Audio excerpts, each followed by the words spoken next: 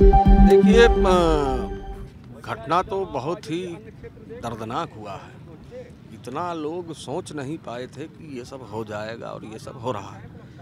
ऐसा होना नहीं चाहिए, क्योंकि ऐसा होने से भक्तों और अनुयायियों के मन में अविश्वास पैदा होता है। जो उनको विश्वास होता है, क्योंकि गृहस्थाश्रम जीवन का व्यक्ति जब वो परेशानियों से घिरता है, उसके सामने संकट आती है, तो वो संत महात्माओं की शरण में जाता है। और संत महात्माओं की शरण में जाने से, संत किसे कहते हैं? जहाँ पर जाने से शांति मिले, वही संत है। जिसके मार्गदर्शन से जीवन जीने का उसको तरीका मिले, एक सही दिशा जो बता सके, एक सही मार्ग जो बता सके, वो होता है। लेकिन आजकल मैं सारे संतों को तो नहीं कह सकता हूँ, लेकिन जिस हिसाब से मैंने देखा, आसाराम बापू, राम रहीम, तरह तरह के लोग, और ये अटूट संपत्ति, अरबों खरबों रुपए का धन, क्योंकि कहा गया है ब्रह्मचर्य ब्रह्मचारिणः, जो ब्रह्म को चरने वाला हो वह संत होता है, वह साधु होता है। उसे लग्जरी गाड़ी, बंगला, कार, सिंहासन, इससे मतलब नहीं होता। तो लोग मगर कैसे पहचाने कि कोई कैसा संत है? अच्छा देखिए, है? जो असली संत है, जो डायरेक्ट परमात्मा से संपर्क रखता है, जिसका मन की तार जुड़ा हुआ है, तो जिस तरह से भगवान को खोजिए तो नहीं मिलता है, वो सिर्फ आत्मा में, उसी तरह से वो संत। चूँकि मैं प्रयाग का निवासी हूँ और यहाँ का तीर्थ पुरोहित हूँ, लगभग 40 वर्ष मेरा उम्र हो रहा है। इस उम्र में मैंने 2-3 कुंभ मेला देखा, अर्ध कुंभ मेला देखा, 20 ठो 25 ठो माघ मेला संपन्न करवाया है। तो हम लोग मेले में घूमते हैं, अपने यात्रियों की व्यवस्था करते हैं और फिर शाम के टाइम घूमते हैं कि वैसे उस संत का दर्शन हो जाए कि जिससे कुछ कृपा मिल जाए। ढूंढना पड़ता है, खोजना पड़ता है, बड़ी ही गहराई से, बहुत ही अंतर आत्मा की आंखें दो हैं। एक तो ये है जिस पर माया का मकड़ जाल है, और एक अंतर आत्मा है। वो अंतर आत्मा की आंखें वो खोजती है संत को, और उसने अगर खोज लिया और वो संत मिल गया, तो फिर ये जान लीजिए, फिर उसे जीवन में किसी चीज़ की आवश्यकता नहीं रहेगी। हमने माननीय प्रधानमंत्री जी की पूजा कराई है, हमने इस देश के राष्ट्रपति की पूजा कराई है, हमने सर्वोच्च न्यायालय के जजों की पूजा कराई है, उच्च न्यायालय के जजों की पूजा कराई है, मॉरिशस के प्रधानमंत्री जी की पूजा कराई है, गृह मंत्री जी की पूजा कराई है, दसियों बार अपने उत्तर प्रदेश के ज़बरदस्त मुख्यमंत्री जी की पूजा कराई है। कोई कह दे कि हमने आज तक उनसे कुछ मांगा हो, कोई दक्षिणा मांगी हो या कोई किसी प्रकार की सुविधा मांगी हो, कुछ नहीं, क्योंकि कोई अपेक्षा ही नहीं है मन में।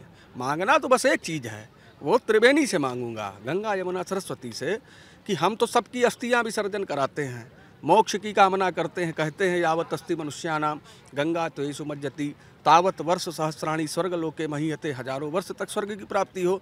तो हमारी अस्थि जब विसर्जन हो तो उस पर जरा विशेष ध्यान देना। आपने मांगने की बात की, दक्षिणा की जिक्र की, तो जो बड़े हनुमान जी का मंदिर है उसकी दक्षिणा को लेकर बड़ा विवाद रहा कि वहाँ जो चढ़ावा आता है उसको लेकर विवाद रहा। उसके लिए पुजारी जो हैं उनको भी गिरफ्तार किया गया। मंदिर के जो पुजारी थे आद्या तिवारी और उनके बेटे को भी गिरफ्तार किया गया। इन सब चीज़ों पे क्या? देखिए, अब इन सब चीज़ों पर हमने तो जो न्यूज़ खबरों में सुना है कि जैसा आनंद गिरी जी का बयान आ रहा है कि एक रिक्शा चलाने वाले को 5 करोड़ का बंगला बन जाए, गनर को भी, और कोई गनर को भी 10 करोड़ का बंगला। तो जहाँ करोड़ का खेल है, तो माया जो है, बड़े बड़े को, किसी को भगवान श्रीमन नारायण को नहीं छोड़ा है, तो इस धरती के 70-80 साल जीने वाले इंसान को क्या छोड़ेगा।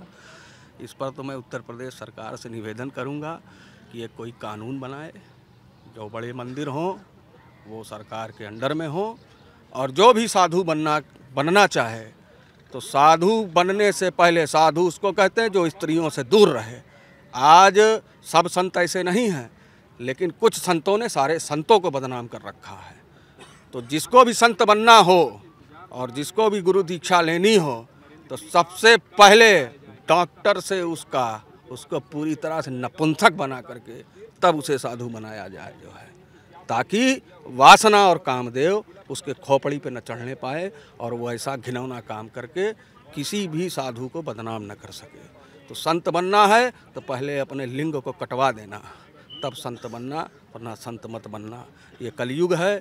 कलयुग में माया, मोह, काम, क्रोध, लोभ, मोह, इन सब चीज़ से जो परे होगा वही संत होगा।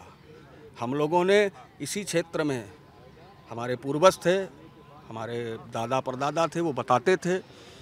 अकबर के ज़माने में जब यहाँ माघ मेला होता था, कुंभ मेला होता था, तो उसकी व्यवस्था तीर्थ पुरोहित प्रयागवाल यहाँ करता था। उस समय संत लोग, साधु महात्मा आते थे।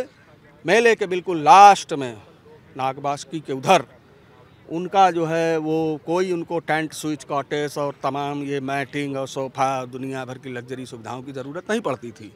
वो लोग अपना एकांत में जाते थे, वहाँ धूनी रमाते थे। धूनी रमा करके वो अपना कल्पवास करते थे और गंगा नहाते थे। गंगा नहा करके जिस धोती को वो निचोया करते थे उसको आकाश में फेंक दिया करते थे। नीचे आते आते वो सूख जाती थी और फिर उसी को पहन के वो चल दिया करते थे। आज समय बदला, परिस्थिति बदली।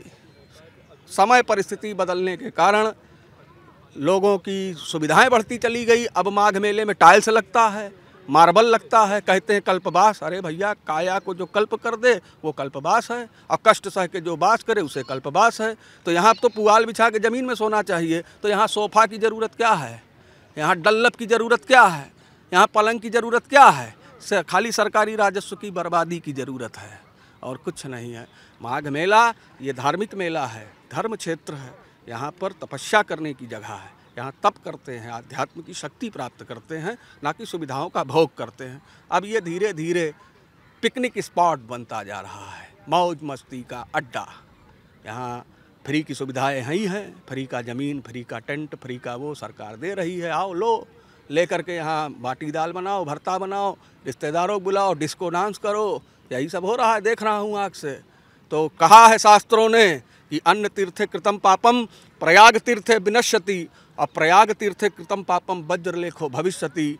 हर जगह का पाप प्रयाग में कटता है, प्रयाग का पाप ब्रह्मांड में नहीं कटेगा, उसे भोगना पड़ेगा। वो चाहे हम हो, चाहे वो हमारे कोई भी हो, इस संसार का कोई भी व्यक्ति हो, प्रयाग के पाप को भोगना पड़ेगा। बगैर भोगे यहाँ से जाओगे नहीं, ये लिखा पढ़ी में है।